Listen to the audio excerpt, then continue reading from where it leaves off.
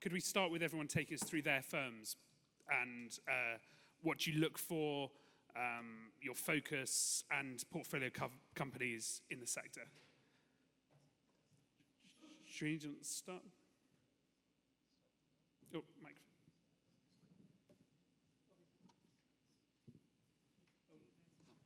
Down here, fine. Brian Flynn, DiamondStream Partners, Dean Donovan, who was on one of the preceding panels. He and I have been investing in and around aviation since 2004. We co-founded Volaris, which is the largest commercial airline in Mexico. What's funny about that? It's been a great investment for our investors and improbable success, I think, in many regards. But it's really, we focused on taking people off of buses and putting them on planes. We're also an investor in Stellar. David Fox was on the prior panel. I think I mentioned that we invested in Elroy as well, and we're investors in other areas. Dean and I are currently focused on, as Dean previously mentioned, looking at all the implications of electric aviation, hybrid electric aviation, and looking up and down the vertical ecosystem to figure out what has to happen for it to become real. And so we're looking broadly in those areas as well as in other travel-related technology areas. Paul, do you want to? So forgive me, Brian. I was chuckling because I knew I was about to say, I'm Paul Willard. I'm currently not at a firm at all. And it was so contrasting. My first life was as an aerodynamics engineer, though, at Boeing, actually. And I have done a few flying investments, what I would call a SaaS company called Zipline that delivers blood and medicine with robot aircraft. And then also Boom Supersonic, as well as XTI aircraft. So a few flying things out there. Great. I'm Damineh Mycroft. I'm an investing director with HorizonX, which is the corporate venturing arm of the Boeing company. We invest in anything that impacts the core of our business, which is transportation security and aftermarket logistics. And we're a little over 2.5 years old. We're a fairly new fund with 20 plus investments in anything in future of transportation, space, industrial 4.0, so a lot of additive manufacturing, and big data AI. Within my division, which is mobility transformation, I focus in autonomy, alternative propulsion. Actually, one of our portfolio companies, Qberg, is out there for those of you who've met them, as well as logistics. So really excited to be here. Thanks for hosting us. Great. Hi, my name is Srini Ananth. I'm investment director with Intel Capital. We are the corporate venture arm of Intel. We typically invest between $350 to $400 million a year. Our sweet spot is anywhere between Series A through Series C, although we do make the occasional seed and later stage investments. Our investments in this space, and when I say this space in UAM, is we have two portfolio companies, Volocopter out in Germany and Joby Aviation based in Santa Cruz. We've also invested in a couple of drone companies, and we have more in the AV space. We acquired a company called Mobileye about 3 years back or 2 years back. And so we have a number of investments in the sensors, LiDAR, and other areas. Personally, I come from an electrical engineering background, and I used to design chips for a living many, many years ago.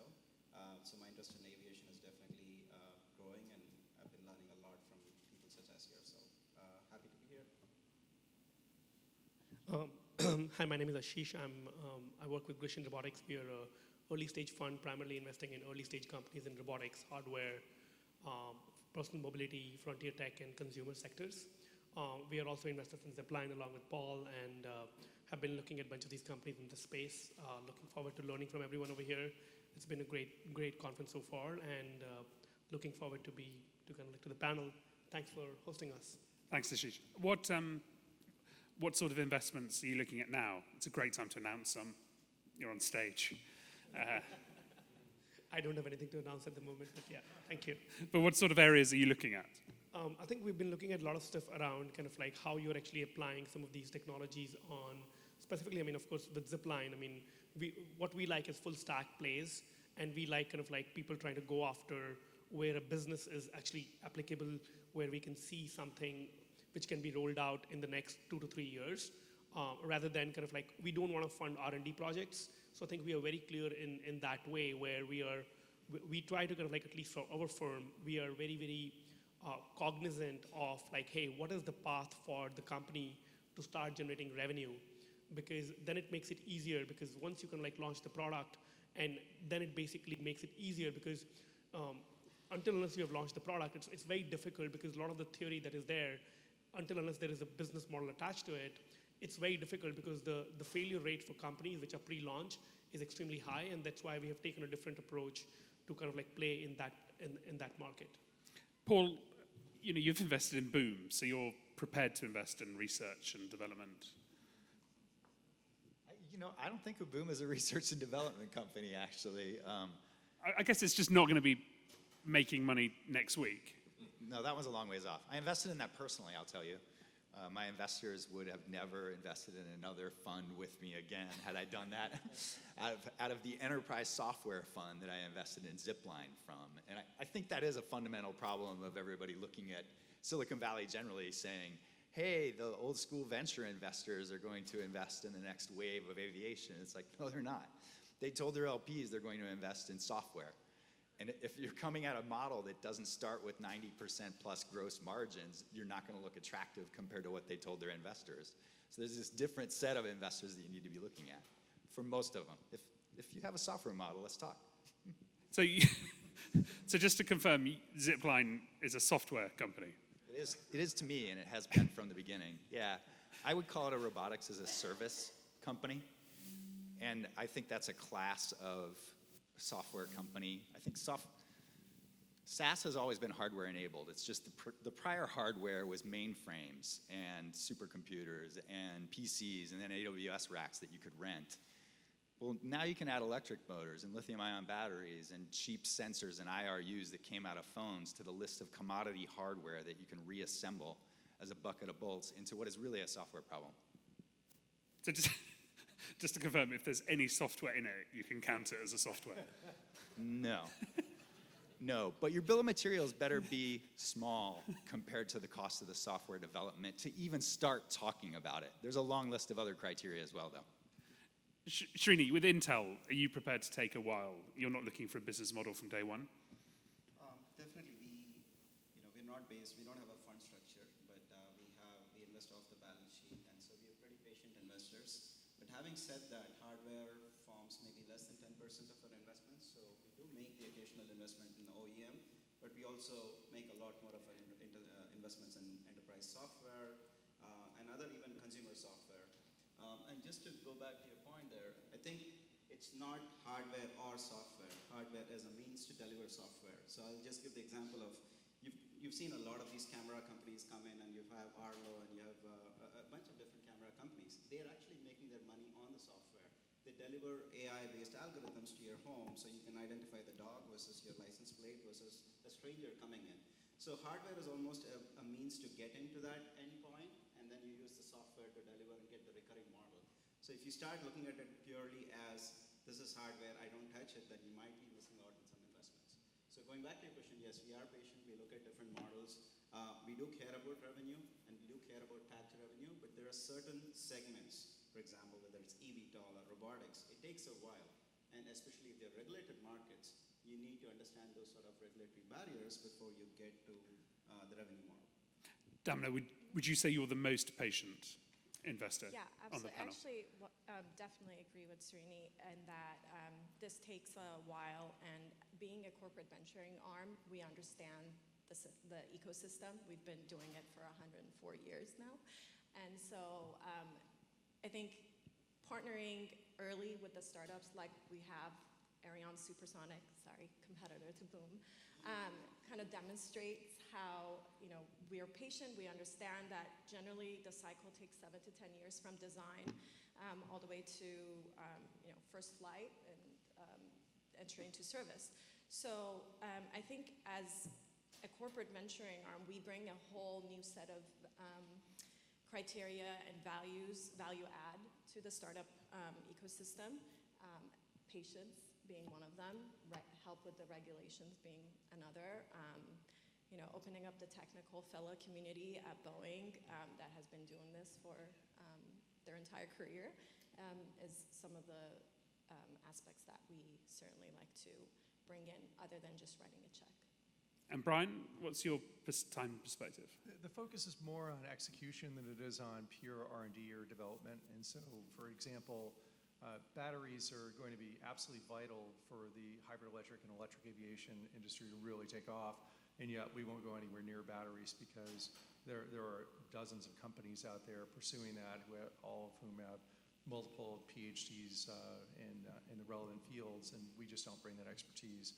And so we'd rather work with companies that actually have a business model that depends on those battery chemistry companies being successful in some way, and then investing in the ecosystem to help those companies play out. We typically play with a relatively long-term view, but not nearly as long-term as some of the others on the panel here. So we need to give our investors back their money in 10 to 14 years. And so our typical hold is 7 to 10 or 12 years. So it's a relatively long time, but it's not as long as Boeing or Intel, et cetera, can stay out there. We typically look for investments up to 30 million in terms of the checks that we'll write, but we'll write checks that are far, far lower than that. And my fervent hope is that by Rev.Aero in February in London, that one of the companies, at least one of the companies out here, will have made an investment in. So one of the companies here you'll have made an investment in? Yes. So you're trying to win this round. Paul, how many aviation investments do you think you'll do in the next? Or do you even look at them as aviation investments? Should we forget that term? No, well, I mean, Software investments. Zipline I look at really more as robotics as a service. And I could see myself doing quite a few robotics as a service investments. If the robots happen to fly to deliver whatever service they're delivering, I happen to be fine with that. I have enough knowledge to be comfortable around that. But I don't know that I'll be aiming for aviation per se. If they're carrying someone inside the robot, does that count as a robotics as a service? That one's a little far out for me. I could see a version of that is a robotics as a service, but I don't know if that's how the market's going to evolve, and I think that market's a long ways out. Damineh? I have a differing opinion, sorry. I think that, this is a business that's incredible, has incredible values. I think that, the days that the Boeings of the world or the Airbuses and the Lockheeds of the world could have just sat back and, enjoyed the profits coming in are over. And that's why, you see a lot of investments in aerospace now. I don't think we should try to categorize it. Is it a software? Is it a hardware? It is aerospace. And so we should embrace it and understand the limitations and the challenges and try to overcome that. And, help grow the ecosystem, because the pace of change is rapidly continuing, and so can't really pigeonhole it into the traditional categories. Ashish, how many investments in this sector? I think it's difficult to kind of like point and say like, hey, I'm going to make 3 investments this year, right? I mean, it's a function of like how many companies we see, and it's a function of like, it's always an opportunity cost. And the way that I try to explain to the entrepreneurs, like, yes, you have an incredible company, but it's not your fault that at the same time there are 5 other great entrepreneurs raising capital. And at any given point in time, if it's a bandwidth cost that everybody is juggling with. So I think it's a function of time and the people who you're competing with at that point in time to raise capital. So I think from our perspective, we definitely want to invest in the best companies possible, whether they come from consumer, they come from aviation, they come from hardware, they come from robotics. Those are all the sectors that we are looking at. So we don't say that when we are raising funds that, hey, we're going to put in half of our fund in aviation, right? So that's not basically raise capital from our LPs on that side. So I think it's difficult for me to point a number, but this is a sector that's definitely where we are currently keeping a tab on, because as Damineh said, it is a sector which is undergoing a lot of fundamental change, and there's a lot of opportunity. But at the same time, kind of like, we also have to understand, is it like, what is the point of like, how many years it's going to take for something like this, where you can start seeing some traction in terms of like growth in the sector? How much are you guys proactive versus reactive? How much of the time are you going, I'm in the bath and I suddenly go, pizza delivery by drones and go looking for deals in that area? Or do you tend to just sit and wait for someone to bring you a pizza delivery by drone? I think it's And all. I haven't got I think- one. I'm not trying to pitch something. No. I think what you're asking is thematic-based investment versus kind of like network-based investment. I think it's a combination of both, where you have some bigger themes that you are investing in, and you have some general idea of what the industry is. I mean, I'm not going to invest and write a check for the first company that I meet in any given sector, because that will be like kind of weird, because I need to know like who the other players in the industry are and where and how do you can like stack up in that frame. And I think the second thing to understand is from that perspective is kind of like also trying to understand, from the network-based investing, like there are some people that I trust. Like for example, if Damineh sends me some deal, I definitely like take a look at it, and I want to spend more time on it because I trust my network to kind of like bubble up interesting opportunities if they think I'm a good investor. Anyone else have thoughts on theme versus?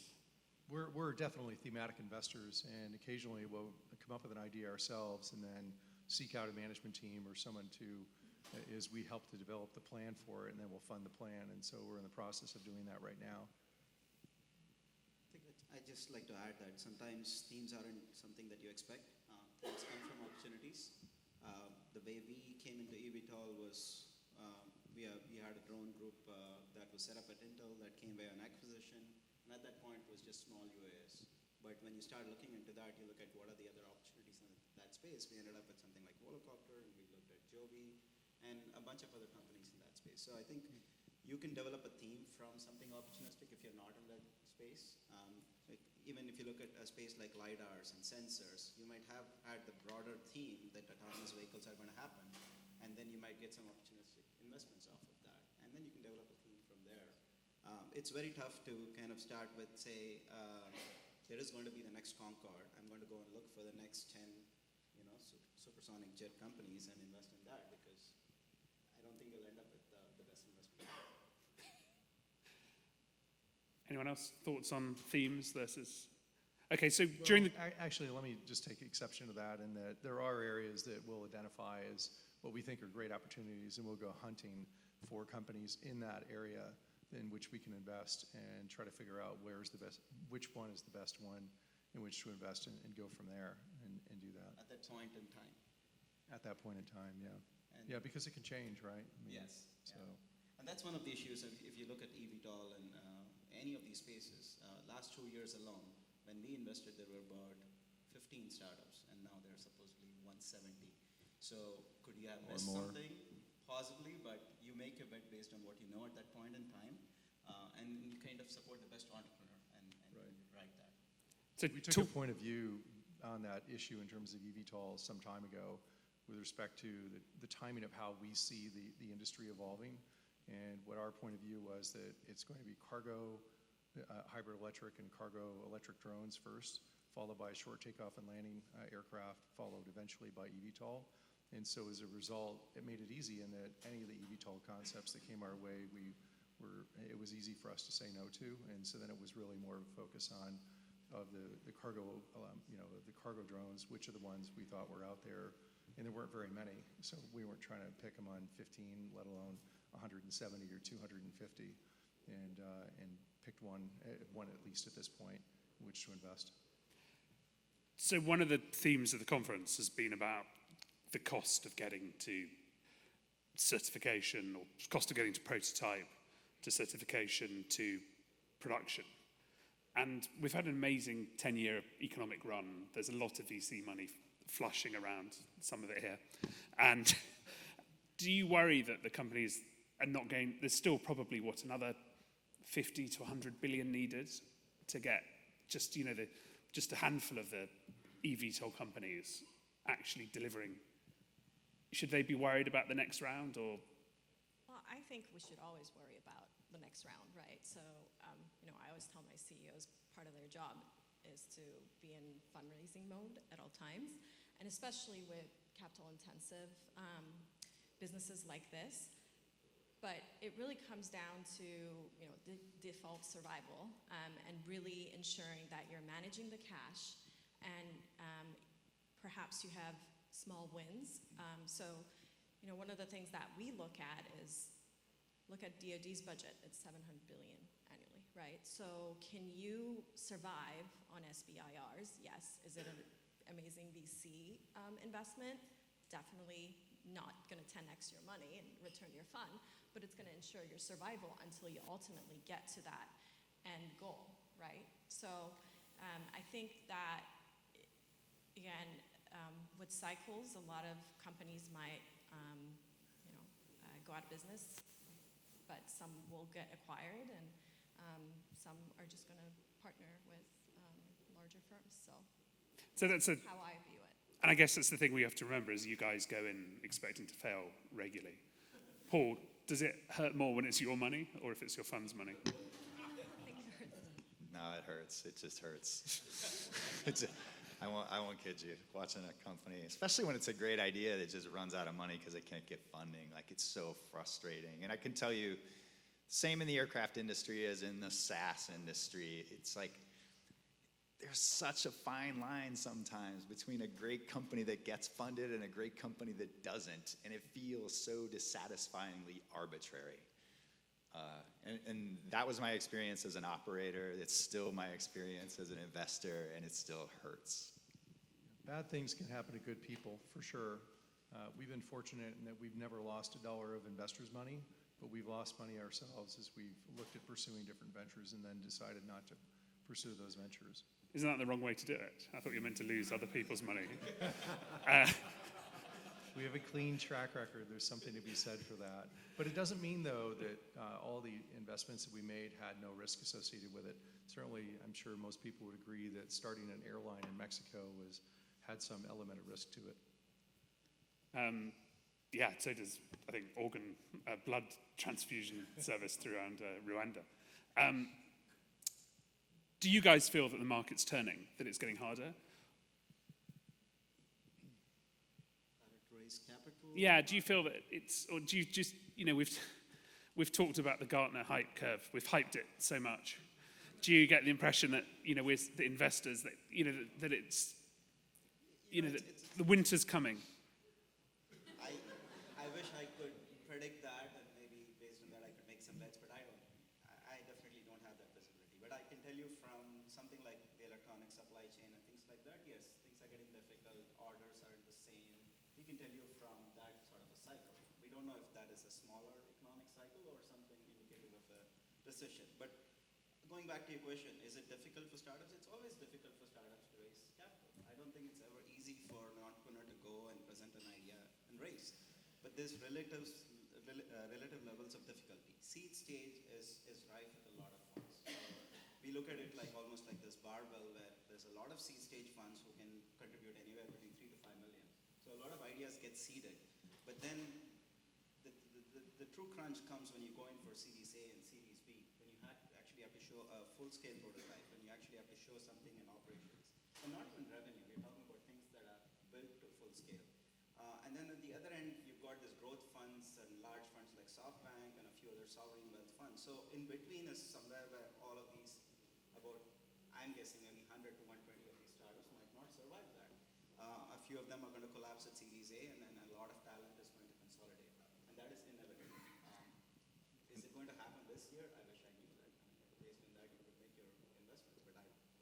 And I agree, and would argue that they're related because so many companies are getting seed funded. Realize that A isn't about, like, if 30% of the companies pass today's bar for a Series A, that doesn't mean 30% are getting funded in a year and a half, because it's not merit based. It's not about how far you made it. It's a competition. It's you relative to a bunch of others. And if you happen to end up getting lucky and going into a lonely market where there's nobody around and there's lots of interest for it, you might not be doing as well as some other people, but you might have no competition when you're going for your A. Like, there's a million reasons why it could be easier or harder at A, but just the fact that there's more at seed make it much harder for A. So one analogy, and then perhaps a prediction. So the one analogy is regarding the automobile industry. There have been, I think it's something over 2,300 automobile companies that were created and are now bankrupt. And so, so we predict there will be a massive bloodbath as far as the eventually over time, how the eVTOL industry pans out, because there simply can't be 200 winners in the eVTOL space. We predict that will never happen.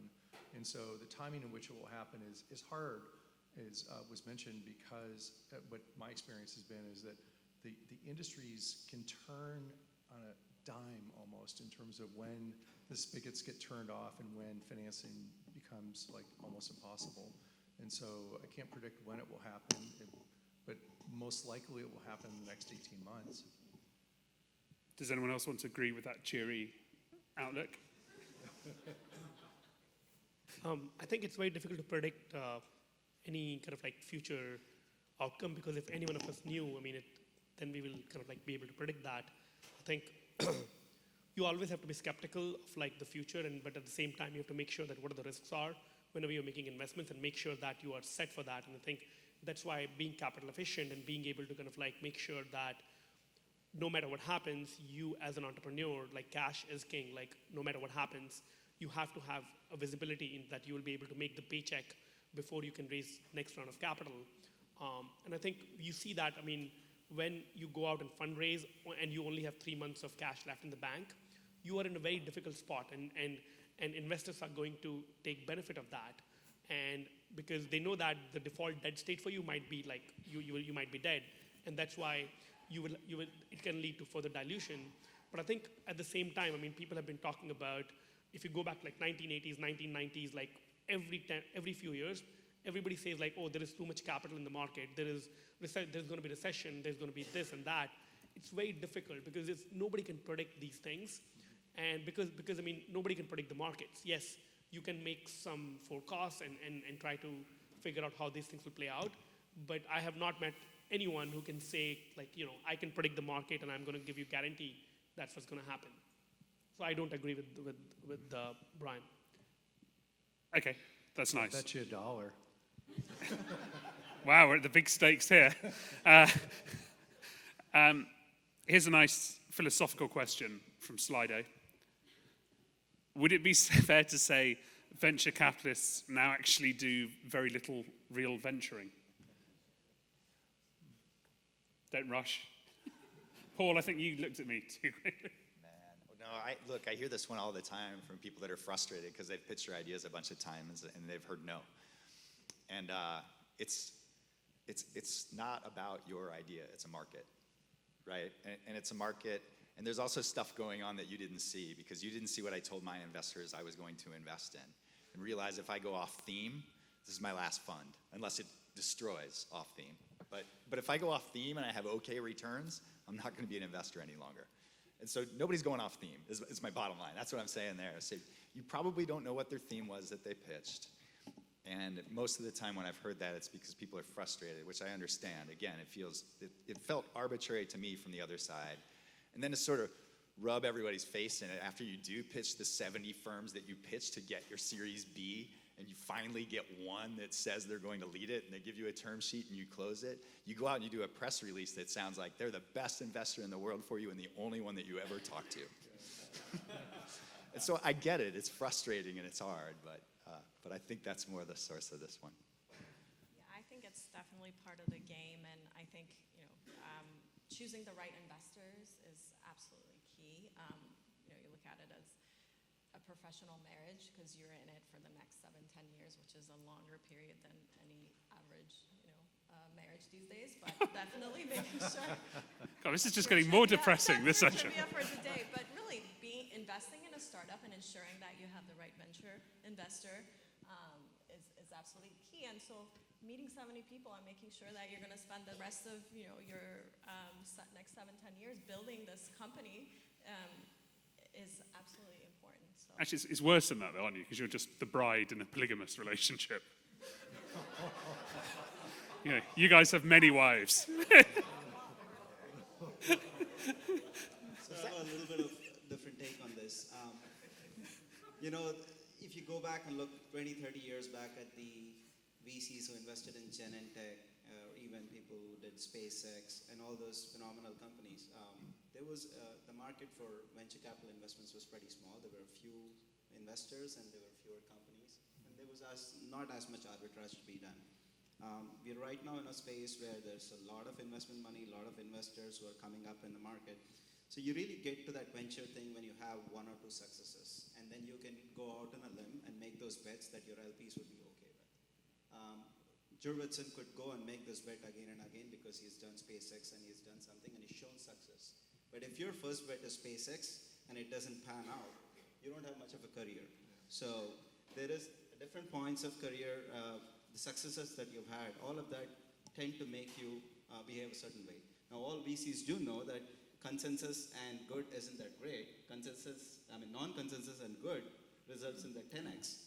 But not many people are willing to go out and do that until you taste success in some form and fashion. So maybe if you really want someone who's going to go out on a limb and make those bets, you have to find someone who's tasted the success, who's done those extraordinary bets and has been successful, because only they will have the conviction and the LP base that will support them.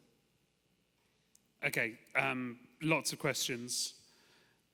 Someone's arguing that if seed investment for aviation is easy and plentiful, why is it so hard to find? And why are there not enough seed investors at this conference? I believe there was a panel this morning. Yeah, we did. Yeah, we tried very hard. Okay. How often do you need to fix the management at the companies? We work them. So I meant rework. Sorry. I could give numbers. I invested in 24 companies out of my first fund, and I said very clearly, and I would still say, I will never fire a founder CEO against their will. But I did go speak with 3 of them and suggest that their company would be better off and they would have a better shot at their startup fulfilling its mission if they replaced themselves. 2 of them did so. The third one, that company died. It hurt.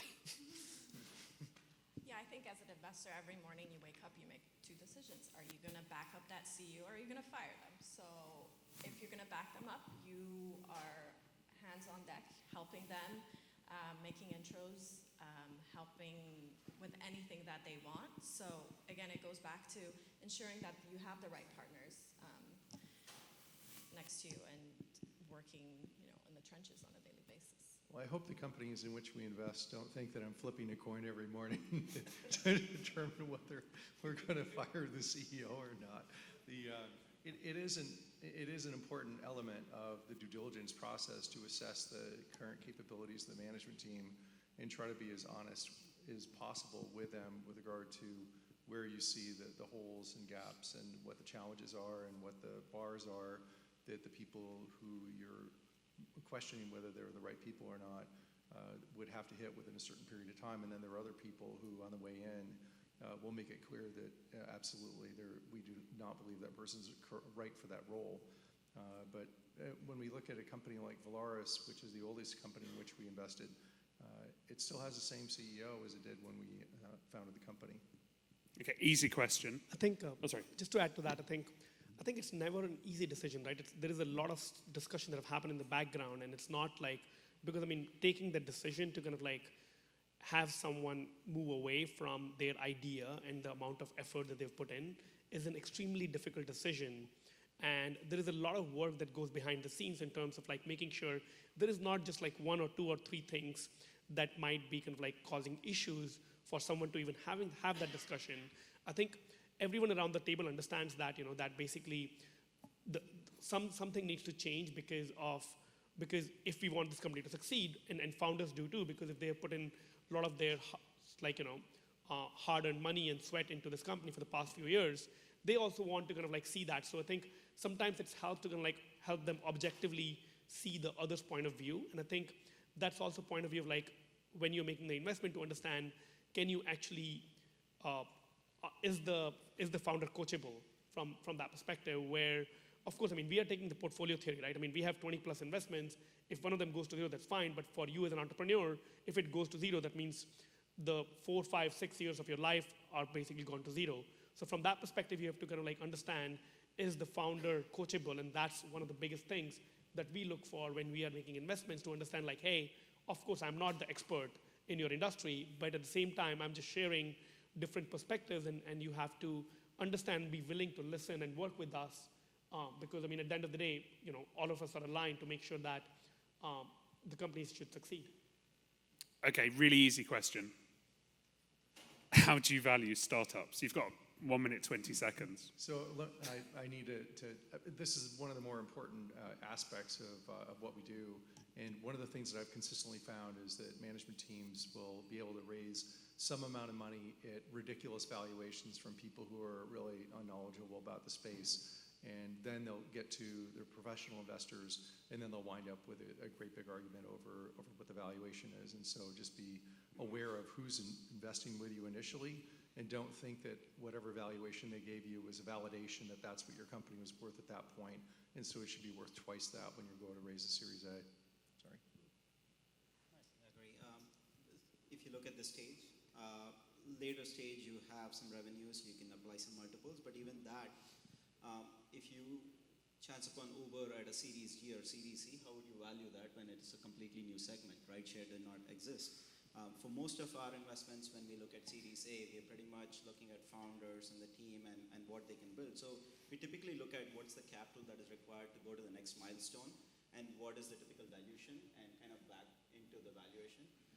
We can make some comparisons to other spaces. For example, if you're looking at AV, you can look at some robotics investments done over the past few years. But it doesn't always translate very well because the capital needs are different and the service models are different. So it's very much comes down to what is the dilution and the competitive situation in this case. The reality is in the deep tech space, if you have a hit and if you have a great company, the valuation at that seed or A really doesn't matter. The opportunity cost of missing out is far more important for us. Yeah, I agree with that, and I think market size matters. I remember an interesting study that McKinsey had done in the 1980s that the market size for cell phones is going to be 1 million people by the 1999, and so we all know how off that was. So as we're assessing startups, obviously market size makes a huge difference in which part of the supply chain they also fall into. Does anyone want to answer one of those questions? What's your favorite aviation startup? Or all wives equal? Are you allowed to favorite one, Paul? What's your favorite? In the anti-portfolio? In your portfolio, what's your favorite aviation investment? Man, it's like, what's your favorite kid? You've probably heard that before, but it's true. I love them all. I spend a lot of time with Zipline because they're very close to me, and so I'm like an honorary member of the aerodynamics team there, and I like that about it. I'm at their all hands every Monday morning, so I'm very involved there, and I can be because of their physical proximity to me, and I quite enjoy that. Okay.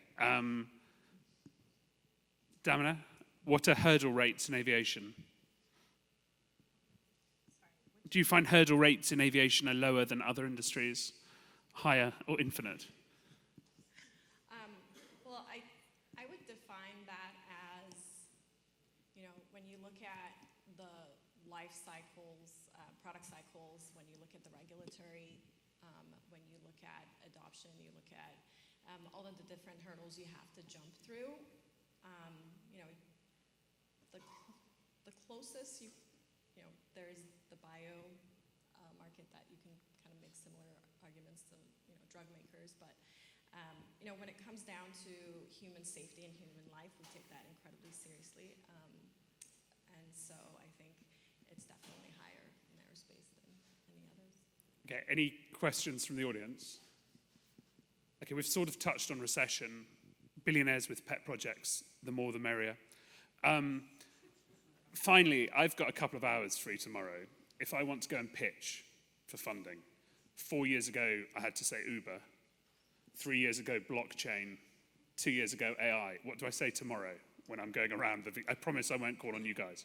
You should definitely not do AI plus blockchain plus VR because it's already been pitched. So I think you might want to pitch something in the bio plus AI without the blockchain. Anyone else? Quantum computing. Quantum computing, nice. I'm looking a lot in the logistics space these days, just making life easier. RAS is the new SaaS. That's the new one. Do you want to explain what RAS is? Robotics as a service. Robotics as a service. That's right. That's great. RAS is the new SaaS. Biometrics. Okay. You've heard it here first, and they're all here. You've just got time to do find and replace in your documents now. Thank you so much to the panel, and let's have afternoon tea. Thank you. Thank you so much.